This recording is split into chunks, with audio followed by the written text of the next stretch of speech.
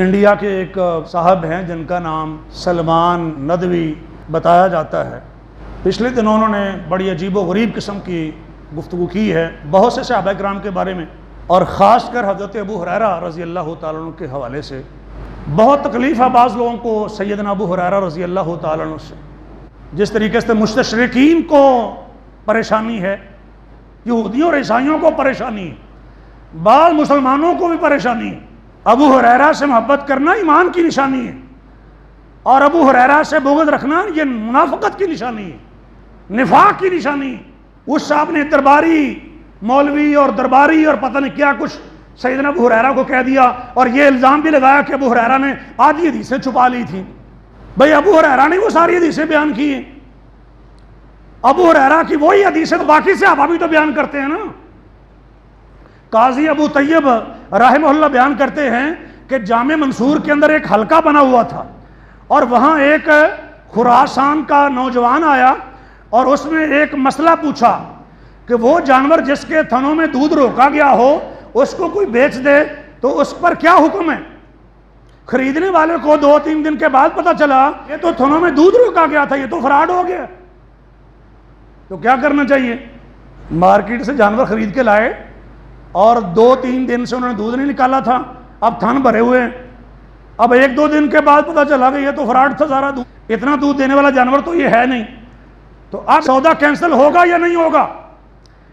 اس آدمی چونکہ دلیل پوچھی تھی کہ اس کی دلیل کیا ہے، تو کہنے والے نے کہا کہ اس کی دلیل حدیث ابو ہریرہ ہے۔ اس نے کہا ابو ہریرہ کی حدیثیں تو مقبول ہی نہیں ہیں، تو ابو ہریرہ کی یہ حدیث کیسے مان لیں؟ حدیث کیا تھی؟ بخاری میں بھی ہے، مسلم میں بھی، ترمذی ابن ماجہ میں، دیگر کتابوں میں بھی یہ حدیث موجود ہے۔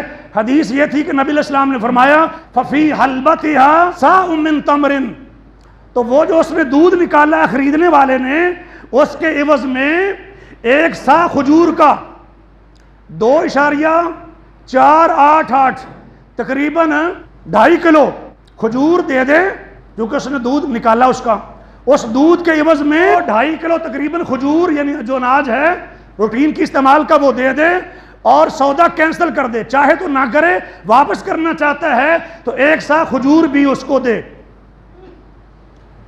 اور یہی فتویٰ ہے امام ابو یوسف کا، جو امام ابو حنیفہ کے شاگرد ہیں، وہ تو یہاں تک کہتے ہیں کہ آپ قیمت بھی دے سکتے ہیں جیسے آپ فطرانہ میں کہتے ہیں، اور امام ظفر بھی یہی کہتے ہیں، تو وہ قیاس کے خلاف ہے یہ حدیث۔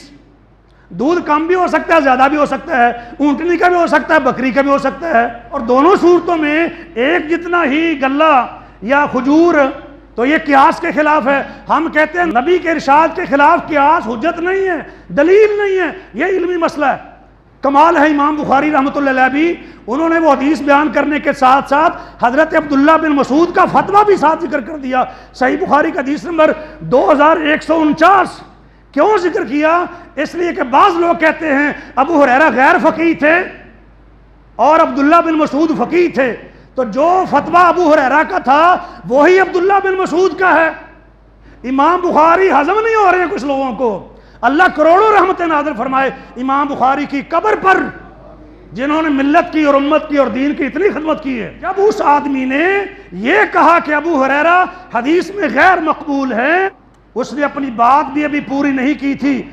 فَمَسْتَتَمَّ كَلَامَهُ حَتَّى سَقَطَتْ عَلَيْهِ حَيَّةٌ عَظِيمَةٌ، ابھی وہ بات کر رہا تھا، یعنی ابو ہریرہ کی گستاخی کر رہا تھا، تو اسی دوران میں ایک بہت بڑا سانپ وہاں مسجد کی چھت سے گرا، فَوَثَبَ النَّاسِ مِنْ أَجْلِهَا، تو لوگ اس وجہ سے بھاگ کھڑے ہوئے، وہ جوان بھی بھاگ کھڑا ہوا، اور سانپ پیچھے پیچھے اور لوگ آگے آگے۔ جب سب لوگ بھاگ گئے اور وہ آدمی بھی، اس کے بعد سانپ نظر نہیں آیا گیا کہاں سے آیا تھا، کس نے بھیجا تھا۔ تو ہمارا یہ پیغام ہے حضرت ابو ہریرہ کے گستاخوں کو، اللہم سلط علیہ کلبا من کلابک، اللہم سلط علیہ حیۃ من حیاتک۔ جو شخص بھی کسی بھی صحابی کی بے ادبی کرتا ہے وہ نبی علیہ السلام کے ارشاد اور فرمان کے خلاف جاتا ہے، جبکہ نبی پاک نے فرمایا تھا اکرموا صحابی، میرے صحابہ کی عزت کیا کرو، اور جن لوگوں نے صحابہ کو بیوقوف کہا تھا، کہنے والوں کو اللہ تعالیٰ نے بیوقوف کہا تھا۔ اور نبی پاک نے یہ بھی فرمایا تھا کہ جب میرے صحابہ کا ذکر آئے فَأَمْسَكُوا، لوگوں اپنے آپ کو روک لو۔ میں اہل سنت سے مخاطب ہوں اس وقت۔ نبی پاک علیہ السلام نے فرمایا، طبرانی کی حدیث سلسلہ صحیحہ میں بھی موجود ہے، جب صحابہ کا ذکر آئے لوگوں اپنی زبان روک لو، صحابی پر تنقید نہ کرنا، صحابی کے بارے میں زبان نہ کھولنا۔ اور میں عرض کروں، جب ایک کے بارے میں کھلے گی تو سب کے بارے میں کھلے گی۔ جب حضرت معاویہ کے بارے میں زبان کھلتی تھی تو اس کے بعد لوگ ابو ہریرہ تک پہنچ گئے، اور پھر سقیفہ بنی ساعدہ تک پہنچ گئے، اور عمر اور ابو بکر تک پہنچ گئے۔ جب ایک کے لیے راستہ کھولیں گے تو باقیوں کے لیے کیا رکاوٹ ہو سکتی ہے جی؟ پھر یہی رہے گا کہ من سبّ صحابی فعلیہ لعنت اللہ والملائکہ والناس اجمعین۔ نبی علیہ السلام نے فرمایا، جو میرے صحابہ پر سب و شتم کرے، جو میرے صحابہ پر زبانیں تان دراز کرے، اس پر اللہ کی لعنت ہے، تمام فرشتوں کی لعنت ہے جو کہ بے شمار ہیں، والناس اجمعین، اور سب لوگوں کی لعنت ہے۔ اور ایک وقت میں سب انسان 7.5 ارب کے قریب ہے۔ ایک وقت میں تمام انسانوں کی لعنت ان لوگوں پر جو نبی علیہ السلام کے صحابہ پر سب و شتم کرتے ہیں۔ تو یہ بات خاص کر ان حضرات کے لیے میں کر رہا ہوں جو کہتے ہیں کہ ہم سنی ہیں، ہم اہل حدیث ہیں، باقیوں کا عقیدہ تو واضح ہے۔